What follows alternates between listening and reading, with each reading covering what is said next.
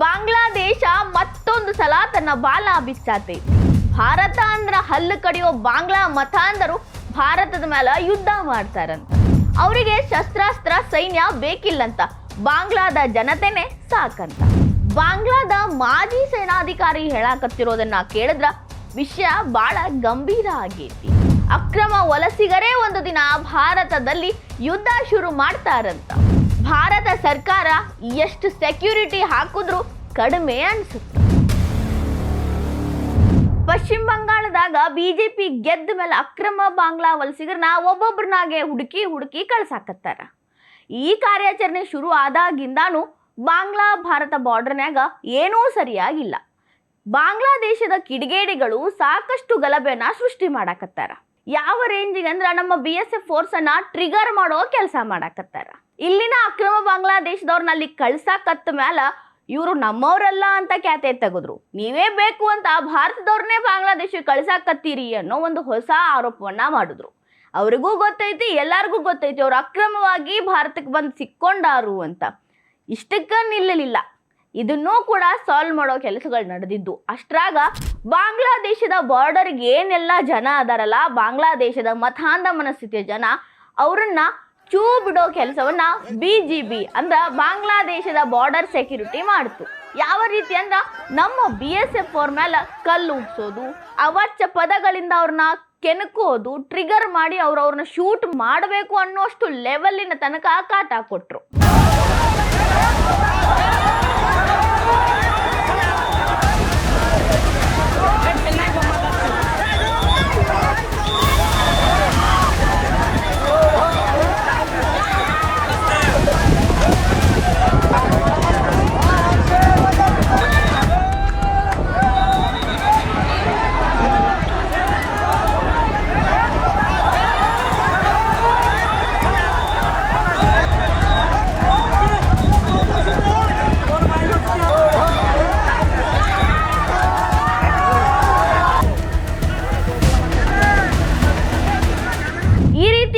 ಘಟನೆಗಳು ನಡೀತಿರ್ಬೇಕಾದ್ರ ಇದು ಇನ್ನೂ ಉದ್ವಿಗ್ನಕ್ಕೆ ಹೋಗುತ್ತಾ, ಇದು ಬಿಡೋ ಅಂತದಲ್ಲ, ನಿಲ್ಲೋ ಅಂತದಲ್ಲ ಅಂತ ಸ್ವಲ್ಪ ಮಂದಿ ಇದನ್ನೇ ವಿಷಯವಾಗಿಟ್ಟುಕೊಂಡು ಭಾರತಕ್ಕ ಬೆದರಿಕೆ ಹಾಕೋ ಕೆಲಸ ಮಾಡಾಕತ್ತಾರ.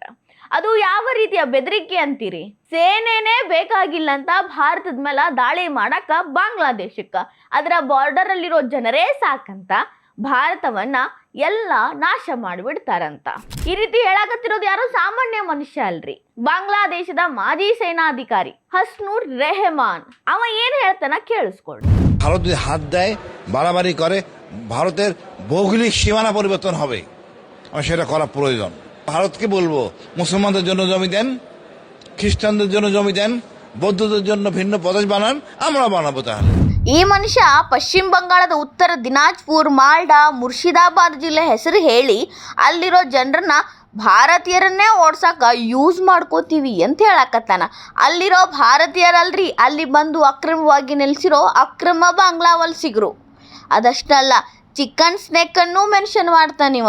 ಮೆನ್ಷನ್ ಮಾಡಿ ಅಲ್ಲಿರೋರ್ನೂ ಕೂಡ ಉತ್ತೇಜಿಸಿ ನಾವು ಈ ಗಡಿಯಿಂದಾನೇ ಎಲ್ಲವನ್ನ ಕಂಟ್ರೋಲ್ ಮಾಡ್ತೀವಿ ಅನ್ನೋಂಥ ಮಾತು ಹೇಳಕತ್ತಾನ.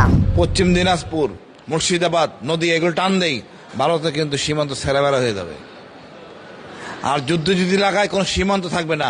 আমাদের সীমান্ত, নতুন সীমান্ত আমরা গড়ব। যেই পর্যন্ত নজরুলের গান মানুষ বুঝে ভারতের এমন কোনো শক্তি নাই বাংলাদেশের এক অংশ দখল করে নেয়। আপনি বুঝবেন, কোনো দখল করতে গেলে তার 3 গুণ শক্তি দরকার। আমাদের যে সেনাবাহিনী আছে 3 গুণ সেনাবাহিনী তার দরকার, যা ভারতের নাই। ইভেন কি আমাদের সম সেনাবাಹಿನಿಯೂ ತರ ಡಿಪ್ಲಾಯ್ করতে পারবে না। ಹೇಳ್ದಾವ್ ಇಲ್ಲಿ ಭಾರತದ ಮೇಲೆ ಯುದ್ಧ ಮಾಡಕ್ ನಮಗೆ ಶಸ್ತ್ರಾಸ್ತ್ರ ಬೇಡ, ಸೈನ್ಯ ಬೇಡ, ನಮ್ಮ ಕಡಿಮೆ ಸೈನ್ಯ ಐತಿ ಅನ್ನೋ ಭಯನೂ ಬೇಡ. ಬಾಂಗ್ಲಾದೇಶದ ಬಾರ್ಡರ್ ಅಲ್ಲಿ ಏನು ಭಾರತ ಬಾಂಗ್ಲಾ ಬಾರ್ಡರ್ ಐತಲ್ಲ, ಅಲ್ಲಿರೋ ಜನರೇ ಸಾಕು, ಒಂದೇ ಒಂದು ಕರೆ ಕೊಟ್ರೆ ಸಾಕು, ನಾಶ ಮಾಡಿ ಬಿಡ್ತಾರ ಅಂತ ಅವ ಹೇಳ್ದ. ಅಲ್ಲ, ಅವ್ರ ಮಂದಿನ ಇಟ್ಕೊಂಡು ನೀವು ಯಾವ ಧೈರ್ಯದ ಮೇಲೆ ಹೇಳಾಕತ್ತಾನ? ಅದು ಭಾರತದಾಗ ಅಷ್ಟೆಲ್ಲ ಫೋರ್ಸ್ ಇದ್ದಾವ, ಆಯುಧಗಳಿದಾವ, ಎಲ್ಲ ಇರ್ಬೇಕಾದ್ರೆ ಯಾವ ಧೈರ್ಯದ ಮೇಲೆ ಇವ ಹಿಂಗ ಹೇಳ್ತಾನು ಅಂತ ಅನ್ನಿಸ್ತೈತಿಲ್ರಿ. ಅವನಿಗೆ ಭಾರತದಾಗಿರೋ ಅಕ್ರಮ ಬಾಂಗ್ಲಾ ವಲಸಿಗರ ಮ್ಯಾಲ ನಂಬಿಕೆ ಐತಿ. ನಮ್ಮ ಜನ ಇದ್ದಾರ, ಬಾಂಗ್ಲಾದೇಶದವರ ಇದ್ದಾರ, ಋಣ ತೀರ್ಸಾಕ ನಮ್ಮ ಮಾತನ್ನ, ಬಾಂಗ್ಲಾದೇಶದ ಸರ್ಕಾರದ ಮಾತನ್ನ ಕೇಳ್ತಾರ. ನಾವು ಒಂದೇ ಒಂದು ಕರೆ ಕೊಟ್ಟಿವಿ ಅಂದ್ರೆ ಅಲ್ಲಿರೋ ಬಾಂಗ್ಲಾ ವಲಸಿಗರು ಅರಾಜಕತೆ ಸೃಷ್ಟಿ ಮಾಡ್ತಾರ, ದೊಂಬಿ ಕ್ರಿಯೇಟ್ ಮಾಡ್ತಾರ, ಹಿಂದೂಸ್ತಾನವನ್ನ ಒಳಗಿಂದಾನೇ ನಾಶ ಮಾಡುವಷ್ಟು ಸದೃಢವಾಗಿದ್ದಾರೆ ಅನ್ನುವಂತ ಬಂಡ ಧೈರ್ಯ ಇವನದ್ದು. ಮೇ ಬಿ ಬಾಂಗ್ಲಾದೇಶದವ್ರು ಅವ್ರ ದೇಶದ ಮೇಲೇನೆ ಅಷ್ಟು ಭಕ್ತಿಯನ್ನ ನಂಬಿಕೆಯನ್ನ ಇಟ್ಕೊಂಡಿರ್ತಾರ, ನಿಯತ್ತು ಕೂಡ ಅಲ್ಲೇ ಇರ್ತೈತೆ ಅವ್ರದ್ದು. ಅವರ ಕರೆ ಬರ್ತಿದ್ದಂಗ ಇವರು ಆ ರೀತಿಯ ಕೆಲಸಗಳನ್ನ ಮಾಡೋದಕ್ಕೂ ಹೆಸೋದಿಲ್ಲ. ಕರ್ನಾಟಕದಾಗಿರೋ ಅಕ್ರಮ ಬಾಂಗ್ಲಾಗಳಾಯ್ತು, ಮಹಾರಾಷ್ಟ್ರ, ತಮಿಳುನಾಡು, ಕೇರಳ, ಆಂಧ್ರ ಪ್ರದೇಶ್, ಪ್ರತಿ ಒಂದು ಜಾಗದಾಗ ಏನು ಭಾರತದಾದ್ಯಂತ ಅದಾರಲ್ಲ ಅವರು ಅವರ ಕರೆಗೆ ಹೋಗೊಟ್ಟು ನಾಶ ಮಾಡೋದಕ್ಕ, ಒಳಗೊಳಗ ಅರಾಜಕತೆ ಸೃಷ್ಟಿ ಮಾಡೋದಕ್ಕ ತಯಾರಾಗೇ ಆಗ್ತಾರ. ಅದು ಕೂಡ ಅವ್ರು ಹೇಳೋ ಮಾತಿಂದ ಖರೆ ಅನ್ನಿಸ್ತೈತಿ. ಯಾಕೆ ಹಿಂಗೆ ಹೇಳ್ತೀನಿ ಹೇಳ್ರಿ, ಮೊನ್ನೆ ಪಶ್ಚಿಮ ಬಂಗಾಳದಾಗ ಎಲೆಕ್ಷನ್ ಟೈಮ್ ಒಳಗ 60 ಲಕ್ಷ ಜನ ವೋಟರ್ಗಳನ್ನ ತೆಗೆದು ಹಾಕಿದ್ರು. ಅಂದ್ರೆ ಅವು ವೋಟರ್ ಐ ಡಿ ವ್ಯಾಲಿಡ್ ಇಲ್ಲ ಅಂತ. ಅದ್ರೊಳಗ ಭಾರತೀಯರು ಕೂಡ ಇರಬಹುದು, ಆದ್ರ ಅದ್ರೊಳಗೆ ಹೆಚ್ಚಾಗಿರೋರು ಅಕ್ರಮ ಬಾಂಗ್ಲಾ ವಲಸಿಗರು. ಅವ್ರನ್ನ ಸಾಕಷ್ಟು ಮಂದಿನ ಡಿಪೋರ್ಟ್ ಮಾಡಿ ಕಳಿಸೋ ಕೆಲಸ ನಡೆದೈತಿ. ಸಾಕಷ್ಟು ಮಂದಿ ತಾವಾಗೆ ಹೊಂಟಾರ, ಇನ್ನು ಸಾಕಷ್ಟು ಮಂದಿ ಬ್ಯಾರೆ ಬ್ಯಾರೆ ರಾಜ್ಯಕ್ಕೆ ವಲಸೆ ಹೋಗೋ ಕೆಲಸ ಮಾಡ್ಯಾರ. ಅವ ಹೇಳಾಕತ್ತಿರೋದು ನೋಡಿದ್ರ ಬಾಂಗ್ಲಾದೇಶದ ಅಕ್ರಮ ವಲಸಿಗರು ಸಂಪೂರ್ಣವಾಗಿ ಬಂಗಾಳದಿಂದ ಕ್ಲಿಯರ್ ಆಗಿಲ್ಲ, ಇನ್ನೂ ಕೂಡ ಬಿಲದೊಳಗ ಅಡಗಿ ಕುಂತಾರು ಅನ್ನೋದು ಸ್ಪಷ್ಟ ಆಗ್ತೈತಿ. ಭಾರತಕ್ಕೆ ಬಂದು ನಮ್ಮದೇ ತಿಂದು ನಮಗೆ ತಿರುಗಿ ಬೀಳೋ ಬಾಂಗ್ಲಾದೇಶದವರು ತಮ್ಮ ಗುಣ ಬಿಡುವುದಿಲ್ಲ. ಯಾಕಂದ್ರ ಈಗ ಆಲ್ರೆಡಿ ಬಾಂಗ್ಲಾದೇಶದಾಗಿರುವಂತ ಕೆಲವೊಂದಿಷ್ಟು ಮತಾಂಧ ಮನಸ್ಥಿತಿಗಳು ಸುವೇಂದು ಅಧಿಕಾರಿ, ನರೇಂದ್ರ ಮೋದಿ, ಅಮಿತ್ ಶಾ ಅವರ ಪೋಸ್ಟರ್ಗಳನ್ನ ಹಿಡಿದು ಗೊಂಬೆ ರೀತಿ ಮಾಡಿ ಅವರ ವಿರುದ್ಧ ಘೋಷಣೆಗಳನ್ನ ಕೂಗಿ ಭಾರತಕ್ಕೆ, ಭಾರತದ ಮುಖ್ಯ ಮುಖಗಳಿಗೆ ಅವಮಾನ ಮಾಡುವಂತ ಕೆಲಸ ಮಾಡಾಕತ್ತಾರ.